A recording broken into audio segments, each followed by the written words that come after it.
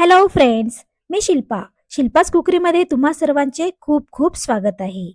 जर तुम्हाला स्वयंपाकाचा कंटाळा आला असेल किंवा तेच तेच भाजी पोळी बनवून बोर झाले असाल, तर आज मी तुमच्या समोर घेऊन आले आहे अशी एक रेसिपी जी पाहताच क्षणी सर्वांच्या तोंडाला पाणी सुटेल.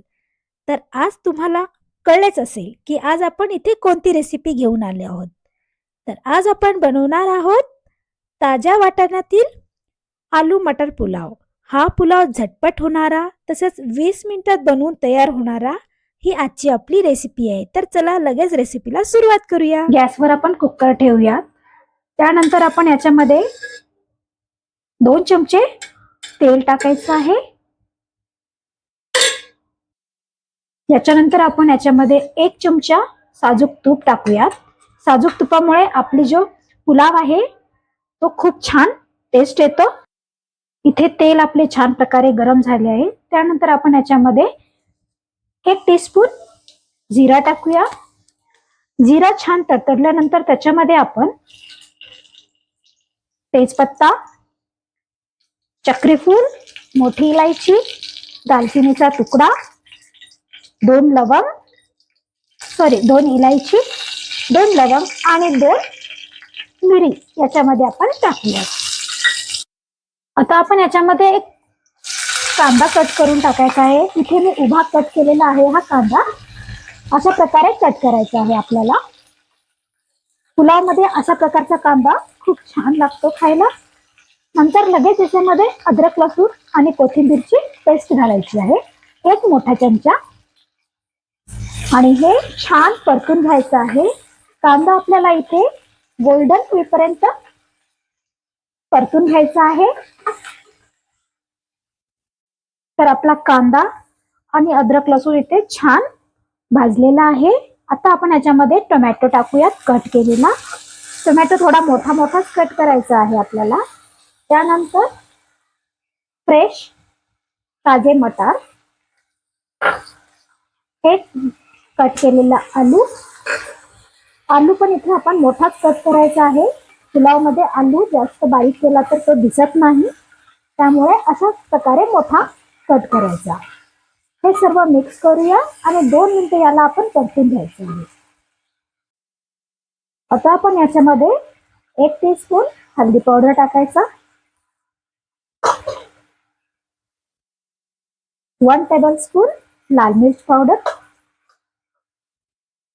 मीठ स्वादानुसार.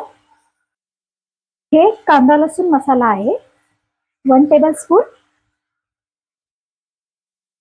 आणि हा आपला काळा मसाला 1 टीस्पून इथे टाकायचा आहे. काळा मसाला थोडाच टाकलेला आहे इथे मी. आणि त्यानंतर आपण इथे टाकूयात पुदिना आपल्याला हाताने असा तोडून टाकायचा आहे, बारीक चिरून टाकायचं नाही. तोडून टाकल्यामुळे पुदिन्याचा स्मेल खूप छान प्रकारे येतो. आणि आपण हे सर्व आता मिक्स करून घेऊया. आता आपण याच्यामध्ये धुतलेले तांदूळ ऍड करायचे.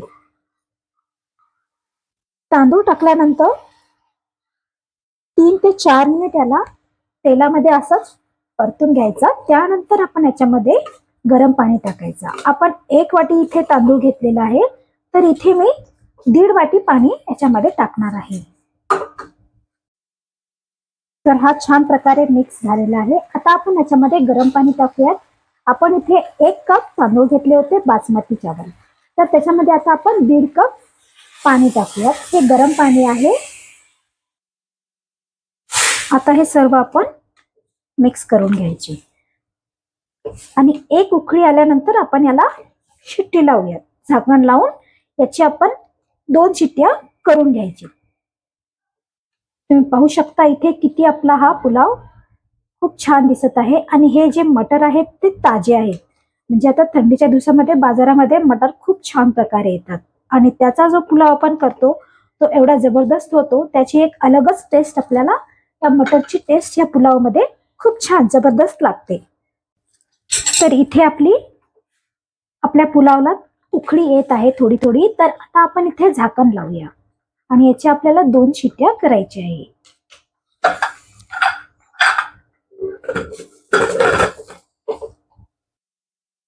झाकण लावले आहे आणि मीडियम गॅसवर आपल्याला याचे 2 शिट्ट्या करून घ्यायच्या आहेत. तर आपला हा कुकर थंड झालेला आहे. याची स्टीम जी आहे ते पूर्ण निघाली आहे. वाव, खूप छान. तर तुम्ही इथे पाहू शकता आपला जो पुलाव आहे एकदम छान प्रकारे इथे झालेला आहे. तर इथे किती आपला हा पुलाव मोकळा झालेला आहे तुम्ही पाहू शकता. पाणी याच्यामध्ये एकदम परफेक्ट झालेलं आहे. हे पहा किती खुला खुला झालेला आहे आपला हा पुलाव. तर आता आपण याला सर्विंग प्लेट मध्ये काढून घेऊया. तर हा पुलाव आपण ताजा ताजा मसाला बनवून केला आहे. आलू मटर पुलाव आपला इथे बनवून तयार आहे. हॉटेलपेक्षाही भारी याची टेस्ट तुम्हाला घरच्या घरी मिळेल खायला. भात न खाणारेही आवडीने असा पौष्टिक स्वादिष्ट असा आलू मटर पुलाव पोट भरून खातील. ताजा वाटाणा घालून आपण हा पुलाव बनवलेला आहे आणि तोही कुकरमध्ये फक्त एका शिट्टीमध्ये. तर हा एकदम झटपट होणारी रेसिपी आहे. तर आवडली असेल तर पटकन व्हिडिओला सबस्क्राईब करा, कारण आपली पुढची रेसिपी येते याच्यापेक्षाही एकदम भारी. तर व्हिडिओला लाईक शेअर करायला विसरू नका. तोपर्यंत बाय बाय, टेक केअर.